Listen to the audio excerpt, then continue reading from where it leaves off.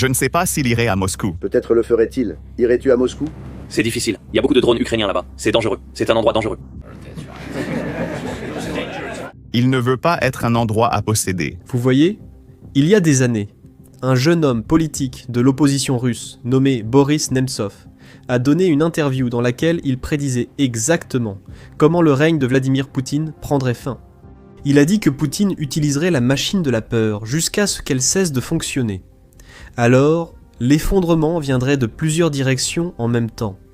Des citoyens ordinaires qui cesseraient d'avoir peur, des échecs sur le front que le Kremlin ne pourrait plus cacher, et bien sûr de la classe dirigeante qui se retournerait discrètement contre l'homme qui leur avait promis de les protéger. Devinez quoi? Nemtsov a été assassiné moins d'1 an après cette interview. Il a été tué pour avoir prédit la chute de Poutine. Et cette semaine, des années plus tard, des années après cette interview, absolument tout ce qu'il avait prédit, eh bien, il semble que cela soit en train de se produire en même temps. En fait, nous avons maintenant des citoyens russes qui appellent à l'exécution de responsables russes, comme Staline le faisait autrefois. Nous avons des oligarques russes qui ont en réalité profité de cette guerre même. Ils se retournent maintenant contre Poutine.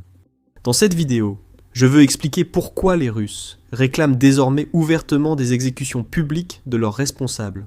Ce que l'effondrement personnel totalement humiliant d'un gouverneur nous révèle sur la crise du carburant. Et bien sûr, pourquoi les agents du FSB laissent discrètement les oligarques russes et les propagandistes critiquer publiquement Vladimir Poutine. Cela en dit long sur notre avenir et n'augure rien de bon pour Poutine. Commençons par voir à quoi ressemblait la prédiction de Nemtsov cette semaine, car des Russes ordinaires exigent désormais publiquement, à visage découvert devant la caméra, que les responsables russes qui laissent tomber leur pays soient fusillés, comme le faisait Staline. Je pense que Poutine est vraiment en train de reconstruire l'Union soviétique. Écoutez bien ce qu'il dit. Les gars, j'ai vraiment de la peine pour notre peuple. Je parcours la ville en voiture et je regarde, il y a des files d'attente partout, des files qui s'étendent sur des kilomètres. Parfois, les gens font la queue pendant 5 ou 6 heures. Cette nuit-là, je suis parti à 2 heures. À 3h30, mon ami et moi avons fait le plein. Il était 4h30. Nous sommes rentrés, avons dormi 2h30, puis sommes retournés travailler. Grâce à ces démons qui n'aiment pas leur peuple, qui volent leur peuple, putain, ça donne envie, comme à l'époque de Staline, de simplement les fusiller contre le mur. Comment pouvez-vous faire subir ça à votre propre peuple? Ces gens ne pourraient-ils pas consacrer ce temps au bonheur et à la santé? Ils ont tellement de projets pour leur famille, pour les vacances, et ils font la queue dans ces stations-service. Et parfois, ils disent à la dernière personne, après qu'il ait attendu 3 ou 4 heures, qu'il n'y a plus d'essence. Peux-tu imaginer ce qu'il ressent? Pour qui te prends-tu? Es-tu humain? Il y a seulement quelques années, avant que cette guerre ne commence, avant cette invasion à grande échelle, Alexeï Navalny était mort pour avoir dit une fraction de ce que ce type a dit publiquement. Il se présentait simplement contre Vladimir Poutine. Il voulait, tu sais, devenir président, rendre la Russie meilleure. Et pour ça, il est mort dans un goulag, empoisonné par des agents du FSB. Des citoyens russes appellent désormais publiquement à des pelotons d'exécution. Il faut cependant rappeler que ce n'est pas dû à une soudaine découverte de courage. Cela arrive parce que la machine de la peur que Vladimir Poutine avait construite ne fonctionne plus exactement comme avant. Il y a une raison pour laquelle les citoyens russes font cela en ce moment. Et cette raison est liée à la crise du carburant que presque toutes les provinces de Russie connaissent actuellement. Regardez ce reportage. La Russie fait actuellement face à des prix de l'essence avoisinant les 300 roubles par litre. Cela équivaut à environ 15 $ par gallon dans un pays qui possède les 2e plus grandes réserves prouvées de pétrole au monde. Maintenant, pour mettre cela en contexte, je suis sûr que certains d'entre vous ont entendu dire que l'Europe impose des taxes très élevées sur le carburant, et c'est pourquoi les Européens paient un prix très élevé pour leur essence. Même ainsi, ils paient environ 8 à 9 $ le gallon. Ici au Texas, nous payons 3 à 4 $ par gallon, et cela malgré la hausse des prix après la guerre avec l'Iran. En Russie, ils paient 15 $ par gallon. Et ça, c'est s'ils trouvent de l'essence pour commencer. Et devinez ce que fait le Kremlin pendant que les Russes souffrent. Regardez, les autorités russes ont annoncé qu'elles allaient arrêter de publier les données hebdomadaires sur les prix de l'essence. C'est la bonne vieille méthode du PCC, que le PCC applique tout le temps en Chine. Chaque fois que les données ne vous plaisent pas, ne résolvez pas le problème. Supprimez simplement les chiffres. C'est exactement ce que fait le Kremlin. Malheureusement, il est très difficile de cacher un problème comme celui-ci. Regardez à quoi ressemblent pour maintenant les rues russes, surtout celles où se trouvent les stations-service.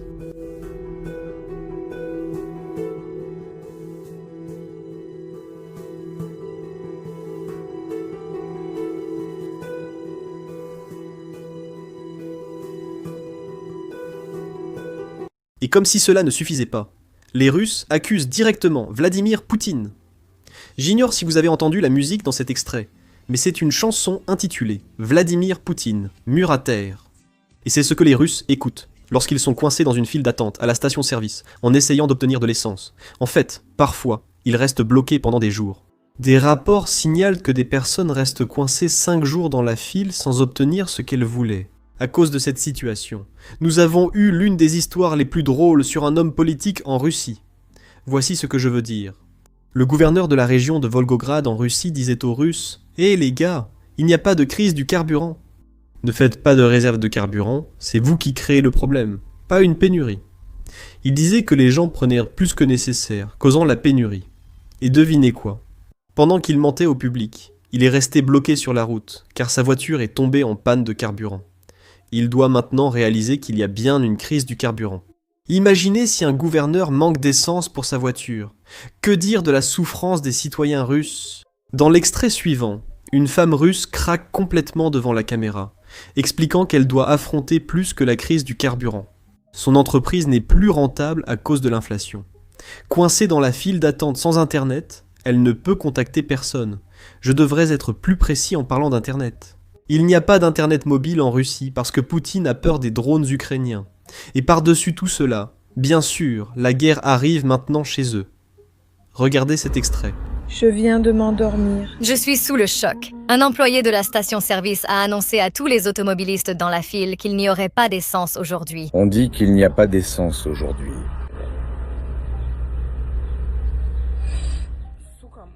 Nous vivons au 21e siècle, à l'ère de la technologie. Un cheveu? Nous n'avons pas de réseau. Je ne peux même pas appeler mon mari en urgence ni gérer mon entreprise, ce qui cause des pertes. Nous allons subir une perte. Nous ne pouvons littéralement rien faire.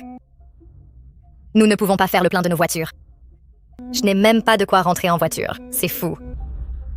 C'est exactement pourquoi les propagandistes russes, qui acclamaient cette guerre au début, supplient maintenant qu'on les aide. Ils implorent la pitié des Ukrainiens. Regardez. Voici l'un des canaux Telegram, le gars qui couvre essentiellement la guerre pour les Russes. Et voici ce qu'il dit maintenant. La raffinerie d'Omsk a été détruite dans une explosion, dont il n'y aura plus du tout d'essence disponible. Ukrainiens, s'il vous plaît, ça suffit. Nous sommes des peuples frères. Après tout, arrêtez de nous attaquer. Et puis, nous avons une publication similaire, une autre qui devient virale. Regardez. Nous avons un autre citoyen russe, pas un propagandiste, qui raconte en gros qu'ils n'ont même pas de clé depuis 3 jours. Ils n'ont pas non plus de carburant depuis 5 jours. C'est l'histoire dont je parlais, où des gens sont bloqués à la station-service depuis 5 jours, et ils n'ont toujours pas d'essence. À ce stade, j'abandonnerai simplement ma voiture. Mais encore une fois, on ne connaît pas toute la situation. Peut-être qu'ils en ont besoin pour le travail ou autre chose. Mais si je dois perdre autant de temps, je n'irai plus chercher d'essence. Tout cela nous amène maintenant au point important. Les citoyens russes, les gens ordinaires, ou je suppose les élites à Moscou, commencent à remarquer que le gouvernement n'est vraiment pas prêt à s'occuper de la population. Pas du tout. Et cela nous amène à la deuxième prédiction dont nous avons parlé au début de la vidéo, où les gens vont se rendre compte à quel point le règne de Poutine a vraiment été mauvais. Et ensuite, ils se retourneront contre le dirigeant lui-même. Regardez cet extrait où une femme russe explique qu'elle veut simplement vivre une vie paisible. Elle ne comprend pas pourquoi des drones ukrainiens viennent à Moscou et la réveillent. En gros, c'est sa principale plainte. Elle n'arrive pas à dormir suffisamment. Regardez. Des drones volaient dans le ciel dès 4h30 du matin. Je me suis réveillée vers 6h50. Et la première chose que ma mère m'a dite, c'est « Il y a des drones qui volent au-dessus de nous. Il faut faire quelque chose. » Je n'aurais jamais pensé enregistrer une vidéo sur ce sujet. Pourtant, je pense que je vais quand même le faire. Je ne veux pas ajouter plus de drame ni me faire passer pour une victime.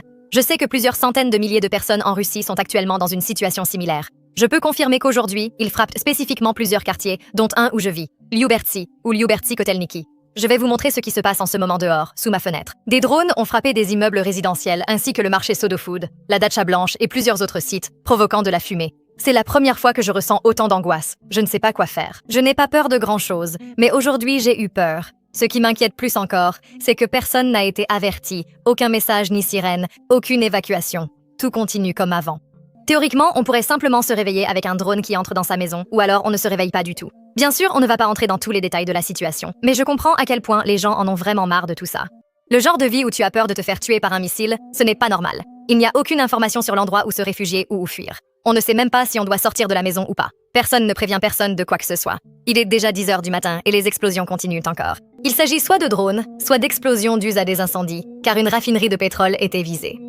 Des parents avec leurs enfants courent dans les cages d'escalier, sans savoir où aller. Pendant que les informations parlent de problèmes en Allemagne, on ne commence vraiment à comprendre l'ampleur d'une tragédie que lorsqu'elle nous arrive. Aujourd'hui, j'étais juste assise et mes mains tremblaient. C'était un niveau d'anxiété irréel pour la première fois de ma vie, parce que je n'ai jamais été dans une situation comme celle-ci. Et honnêtement, c'est complètement n'importe quoi.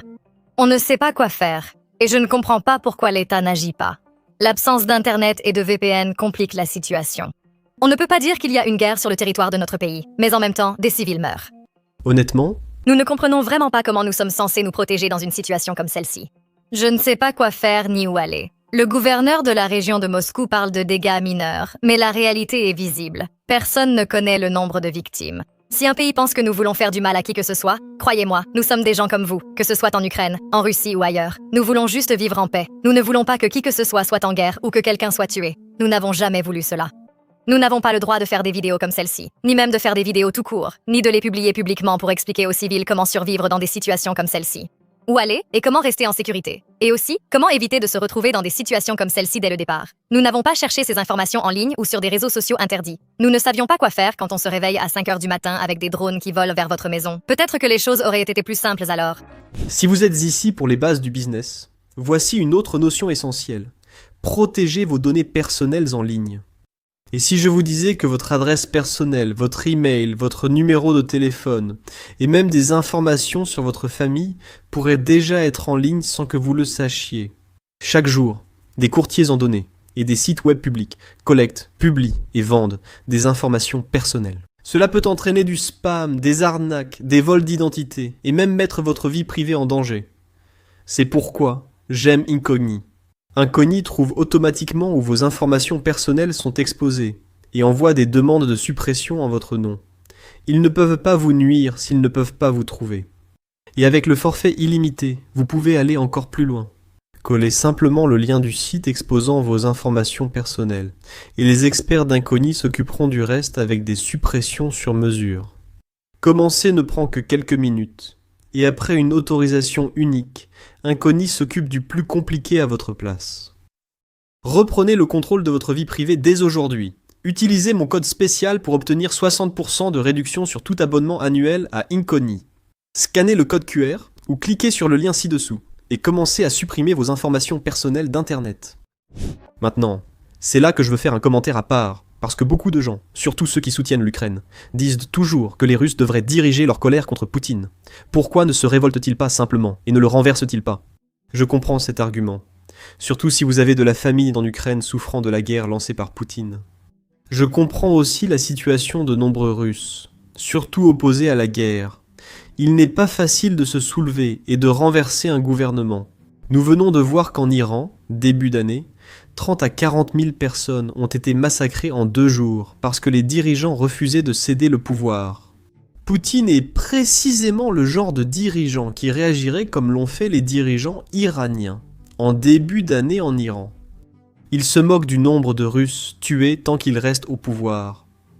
Mais savez-vous ce qui menace encore plus le règne de Poutine que le fait que les Russes constatent son échec? Ce sont les oligarques russes qui s'opposent à lui. Et cela commence réellement à se produire. Et la résistance vient des oligarques qui ont en fait profité de cette guerre. Des propriétaires d'usines fabriquant des armes pour l'armée russe prennent désormais la parole. Voici un exemple. Les milliardaires qui se sont enrichis sous Poutine commencent à devenir nerveux. Andrei Melnikhenko, le plus grand industriel de Russie, dit que la guerre est en train de briser l'économie russe. Et si rien ne change, le pays pourrait finir brisé, isolé ou dirigé par la Chine. Melnikhenko n'est pas quelqu'un qui s'oppose à Poutine. C'est un initié dont les usines soutiennent l'économie de guerre. Comme la plupart des oligarques, il a suivi la règle de Poutine. Gagner de l'argent sans faire de politique. Mais maintenant, Il prend la parole, et cela nous en dit long sur ce qui se passe au sein des cercles les plus élitistes. Ce ne sont même pas 1%. Ce sont 1% parmi le 1% le plus riche de Russie. La guerre en Ukraine touche désormais la Russie. Les attaques sur les infrastructures énergétiques causent des files d'attente pour le carburant et des bagarres dans les stations-service. Les drones isolent la Crimée. L'enrôlement militaire forcé accroît le ressentiment. Les plaintes des influenceurs sur la guerre deviennent virales. Moloshenko alerte sur des scénarios dangereux pour la Russie. Effondrement dans l'anarchie, avec des chefs de guerre se battant pour les ressources et les armes nucléaires, domination par la Chine, la Russie servant de fournisseur de matières premières et de zone tampon face à l'Amérique, ou une vie dans la périphérie appauvrie de l'Europe. Le dernier scénario de Moloshenko. La Russie se referme sur elle-même, comme la Corée du Nord, une forteresse assiégée, privée de croissance et de capitaux. Les proches du Kremlin en discutent, mais la Russie resterait en guerre permanente avec le reste du monde. Moloshenko ne dit pas que Poutine doit être écarté, mais le changement qu'il souhaite reviendrait à mettre fin au règne d'un seul homme. Il souhaite que la Russie soit prévisible et bénéficie du soutien de son peuple sans contrainte. Mais il ne parle pas de démocratie. Il faut souligner qu'il n'est pas le premier oligarque à s'opposer à la guerre. Beaucoup d'autres l'ont fait, certains ayant tout perdu en Russie. Mais ce qui est unique ici, c'est qu'il est le premier oligarque à profiter de la guerre, ou du moins à en avoir profité. Je doute qu'il ait encore ses contrats militaires après cette interview. Mais il a énormément profité, ou du moins auparavant, de cette guerre au cours des 4 dernières années. Et maintenant, il s'exprime contre la direction que prend cette guerre et ce à quoi ressemble l'avenir de la Russie. Maintenant, ce qui est encore plus intéressant que cela, c'est le fait que le FSB ne fait rien pendant tout cela. Les critiques viennent de plusieurs directions différentes envers Poutine et envers le Kremlin. Et le FSB, une organisation que Poutine a pratiquement créée de toutes pièces. Il était officier du KGB. Le KGB est devenu le FSB. Beaucoup affirment que Poutine n'a jamais quitté le KGB. Et aujourd'hui, cette même organisation ne fait plus vraiment son travail. Les gens le remarquent, de plus en plus. Regardez ce rapport. De plus en plus de critiques sans précédent sont dirigées contre Poutine en Russie, venant d'anciens propagandistes comme Remouslov, de membres de l'oligarchie comme Melitchenko, jusqu'à un éditorial dans un magazine de renseignement ridiculisant son récent discours à Valdai. Bien que ces réactions puissent être des accès de frustration spontanés et non coordonnés, la répression faible ou inexistante contre une telle franchise indique que le FSB la tolère, ce qui soulève la question de savoir combien de temps cela va durer. Mais la question peut se poser dans les deux sens. Est-ce que le FSB va sévir à l'avenir ? Si vous savez, les critiques franchissent un certain seuil, considéré comme une ligne rouge par le FSB. Peut-être que le FSB attend simplement que Poutine parte ou qu'un événement similaire survienne. Nous ignorons ce qu'il en est, mais la situation est inédite. Maintenant, c'est ici que je veux vous montrer la prédiction qu'a faite le chef de l'opposition à Poutine il y a environ 10 ans, un peu plus de 10 ans maintenant, après l'annexion de la Crimée. Boris Nemtsov, qui s'oppose à Poutine depuis très longtemps. En fait, dans les années 90, il faisait partie des rares personnes considérées comme le successeur potentiel de Yeltsin. C'était avant que Poutine n'arrive sur la scène et ne monte très rapidement. L'ascension de Poutine, depuis son départ de Saint-Pétersbourg jusqu'à son arrivée à Moscou et son accession à la présidence, n'a duré que 2 ans environ. Il est arrivé sur scène et a rapidement atteint la position la plus élevée. Avant lui, d'autres visèrent cette place, dont Nemtsov, l'un des principaux prétendants. Eh bien, après Poutine, sa vie n'a pas été facile parce que Poutine ne supporte pas la concurrence. Mais voici comment Nemtsov a prédit que la fin de Poutine arriverait. Écoutez bien. À quoi ressemblera la fin de Poutine ? Je pense qu'il va sombrer dans la sénilité. Je crois qu'il deviendra encore plus cruel et encore plus immoral. Les gens ne s'améliorent pas en vieillissant. Ils ne font qu'empirer, et tous leurs traits négatifs se manifestent de plus en plus fortement. Et il est clair qu'avec un grand pouvoir, tous ces processus de dégradation sont, en fait, accélérés. Seul le peuple russe peut l'arrêter. Lorsque le peuple russe réalisera qu'il est gouverné par ce type, un russophobe qui plonge le pays dans l'auto-isolement, le plonge dans la crise et le plonge dans des conflits avec tous ses voisins. Lorsque le peuple russe comprendra et réalisera pleinement cela, alors, bien sûr, il lui donnera une réponse adéquate. Et Poutine disparaîtra, en quelque sorte.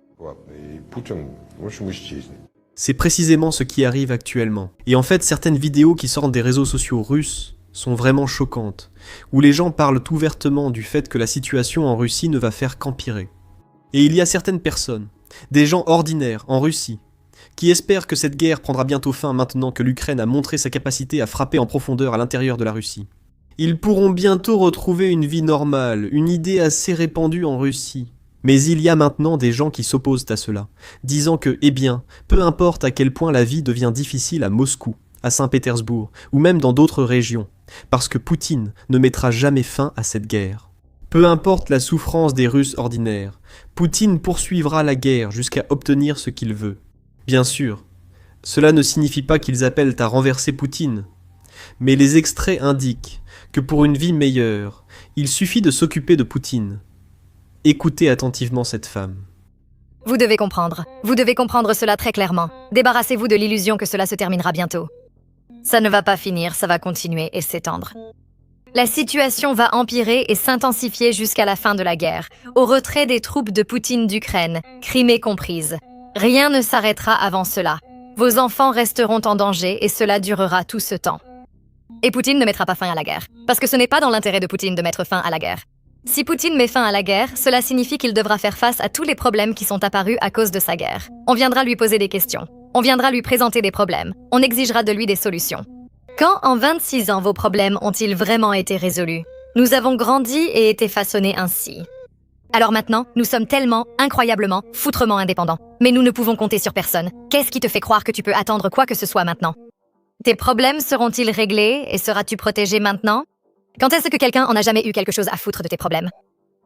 D'où viennent ces illusions que tout va s'arranger? Tu penses vraiment pouvoir attendre que ça passe? Tu crois vraiment qu'ils vont se mettre d'accord là-bas? Qu'ils vont régler ça? Toute ta vie va reprendre son cours. Tu as grandi là-bas, tu y vis, tu sais comment tout fonctionne.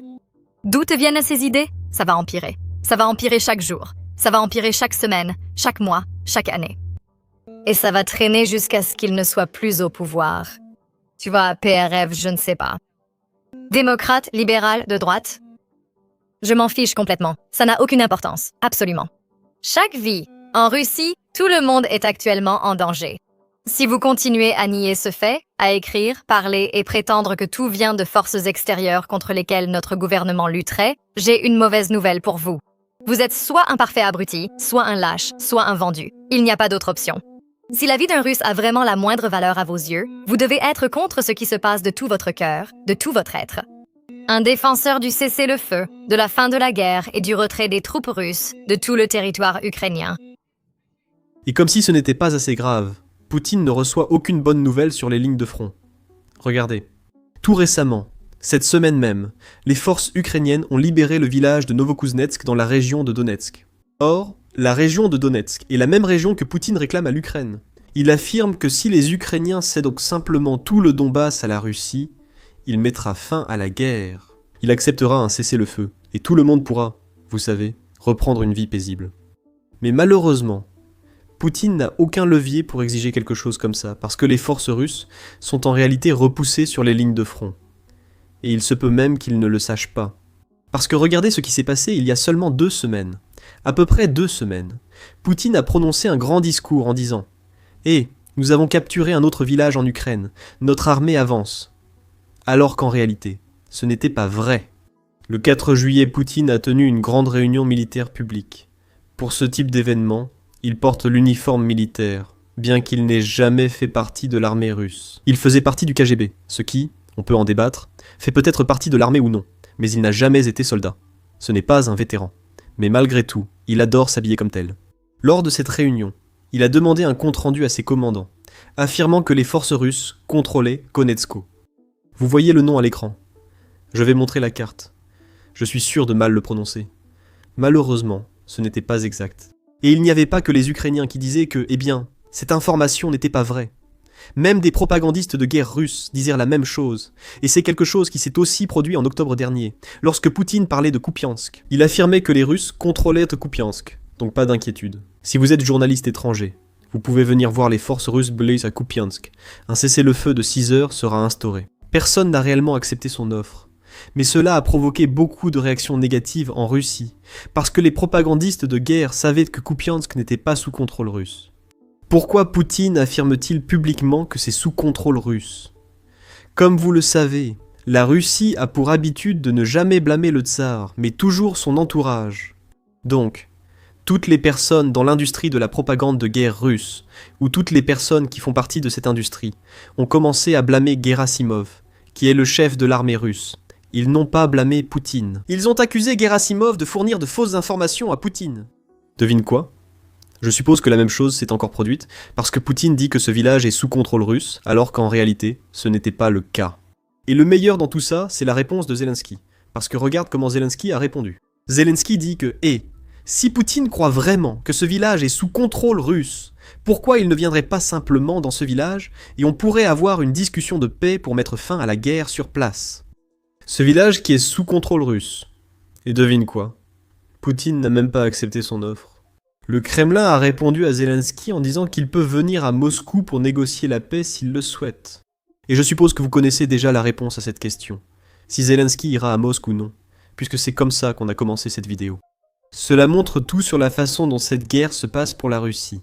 Pour conclure, voici un extrait exclusif de notre vidéo réservée aux membres, où Chuck Farr analyse en détail la situation sur les lignes de front. La vidéo complète reste uniquement accessible aux membres. Donc, si vous êtes intéressé par le visionnage du contenu complet et de tout le reste du contenu que nous proposons à nos membres, vous pouvez devenir membre dès maintenant en cliquant sur le bouton « Rejoindre » ci-dessous ou en allant sur basicsinsider.com. Votre soutien nous aide vraiment énormément. Il rend possible la poursuite de ce type de couverture. Alors merci à tous de nous rejoindre. Et merci à tous d'appuyer sur les boutons « J'aime » et « S'abonner » ci-dessous. Voici maintenant l'aperçu. Regardez. C'est la dernière bataille de chars, puis nous allons parler des actualités d'hier. Oui, donc ici nous avons, je crois que c'est une vidéo d'un seul char Léopard affrontant 2 colonnes de véhicules blindés russes. Maintenant, ce gars va faire quelque chose de très intelligent au début de la séquence ici. Il a le choix entre les 3 premières cibles ici. Il va attendre qu'une cible bloque la seule voie de sortie, puis il l'élimine. Donc, à ce moment-là, il a bloqué la seule autre route vers lui. Donc, il a canalisé tous les autres véhicules. Maintenant, ils doivent tous venir directement vers lui. Donc, il y a eu un raté juste là. D'accord, il n'a pas raté le deuxième. Donc maintenant, ce gars-là tourne et il met son blindage de côté. Sa meilleure protection de blindage est de face. Maintenant, il a tourné un côté vulnérable vers l'adversaire et bam, il l'a eu. Regarde ce que j'ai dit sur ces gars canalisés. Ils n'ont plus d'issue ni de possibilité de faire demi-tour. Encore une fois, on en a déjà parlé. C'est ce qu'on appelle barrer le T. Sur la lettre T, ces gars sont la barre verticale. La barre horizontale est occupée par le Léopard. Donc tout ce qu'il a à faire, il n'a même pas besoin de bouger beaucoup son canon. Il suffit juste de changer l'élévation. Il va détruire le premier char. Il a détruit le 3e char, le 3e, le 4e et le 5e. Et pendant que ces gars essaient de s'enfuir, il va leur tirer dans le cul à tous.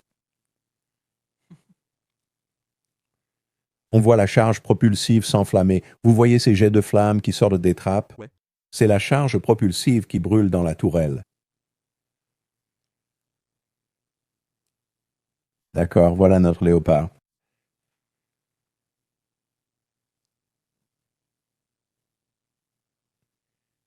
D'accord, il avance, tire et se déplace rapidement. Tu vois, il change constamment de position. Donc maintenant, il engage ses types sur une route parallèle. Ouais, tu sais, c'est une excellente utilisation de ce char. Et encore une fois, tu sais, tu ne veux pas affronter une colonne ennemie arrivant de front avec un seul char, n'est-ce pas? Ça demande de l'habileté, de l'entraînement et un sacré courage, n'est-ce pas? Personne d'autre ne le soutient. Regarde, c'est épique. C'est une maîtrise incroyable de cette arme. Excellente coordination avec son équipe, excellente coordination avec les drones qui non seulement ont tout filmé, mais ont ensuite largué de grosses munitions dessus pour le mettre sur YouTube. Enfin, comment les nouvelles autorisations concernant les missiles fonctionnent-ils et quel est leur impact sur la guerre? Oui. Attaque-le. Oui. Donc, les attaques MS ont une portée qu'on peut simplement estimer à 300 km pour l'instant. Les attaques MS sont encore assez rares sur le terrain, ils n'en ont pas beaucoup. C'est un système d'armes très important pour l'Ukraine. La plupart des attaques MS dont dispose l'Ukraine sont équipées de munitions à fragmentation. Ce dont ils ont vraiment besoin en grande quantité pour frapper des cibles comme le pont de Kerch d'ailleurs, et des cibles en Crimée qui ont déjà été visées par les attaques MS par le passé, c'est ce qu'on appelle une ogive unitaire. Donc cela signifie qu'au lieu d'être remplis, vous savez, d'un certain nombre de sous-munitions, ils ont besoin d'une grosse ogive. En fait, l'attaque MS utilise exactement la même ogive que le missile de frappe navale Tomahawk. Voici la bonne nouvelle pour l'Ukraine. Fabriquer une ogive unitaire est beaucoup plus facile que de fabriquer une ogive à sous-munitions. Donc, en peu de temps, ils peuvent installer ces ogives plus grosses. Cela ne leur fera pas gagner la guerre. Cela va permettre à l'Ukraine de frapper des cibles situées à 300 km. Mais l'Ukraine a déjà, parce que les États-Unis ne veulent pas leur donner des missiles TLAM à plus longue portée, par exemple les Tomahawk, des missiles tactiques d'attaque terrestre. L'Ukraine a fabriqué les drones, n'est-ce pas? Quand l'Ukraine veut frapper une cible à 500 km de la ligne de front, elle envoie ses propres drones, des Luna NG, d'autres drones qu'ils ont et qui ont la portée nécessaire. Mais c'est une bonne chose. Je n'aime pas faire de politique, mais le commandant en chef aurait pu faire cela il y a 1000 jours. Il a décidé de le faire maintenant, en partant. Écoutez, je ne suis ni démocrate ni républicain. Je suis militaire, mais je vais accuser le commandant en chef, d'accord? C'est quelque chose que l'Ukraine aurait dû avoir, et maintenant ils l'ont. Mieux vaut tard que jamais. Voyons comment ils vont l'utiliser. Vous voyez aussi la cage anti-drone sur ce véhicule, mais celui-ci a été mis hors de combat par une mine.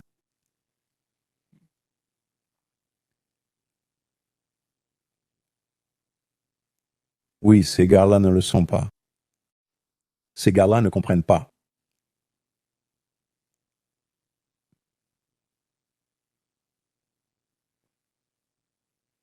Mais regarde, ils ont aussi de la chance. Ce truc a heurté une mine dans un champ de mines. Ce type qui va recevoir un prix Darwin erre dans le champ. Avec un peu de chance, il n'activera pas de mine anti-char car il n'est pas assez lourd. Mais il mélange aussi des mines antipersonnelles là-dedans. Mais voici une autre chose que vous pouvez voir. Ce char était censé avoir un blindage réactif. Et vous pouvez voir juste là où le blindage réactif était censé être, il a été rempli avec autre chose, n'est-ce pas? Vous savez, ils les ont remplis. Le blindage réactif est un morceau d'explosif que l'on fixe à l'extérieur et quand un missile anti-char le frappe, il explose. Donc, cela diminue l'effet de la charge creuse, l'explosif qui est envoyé contre lui grâce à une contre-explosion. Mais les Russes, vous savez, les industries russes, ACM, qui vendent le blindage réactif, ils leur vendent des blocs de caoutchouc faits à partir de pneus fondus, n'est-ce pas? Ce n'est pas explosif, ce n'est pas réactif, ce n'est pas un blindage. Mais voilà, c'est l'arnaque fondamentale dans l'armée russe. Vous savez, c'est pourquoi ils ne gagneront pas cette guerre. Je vais faire une prédiction audacieuse.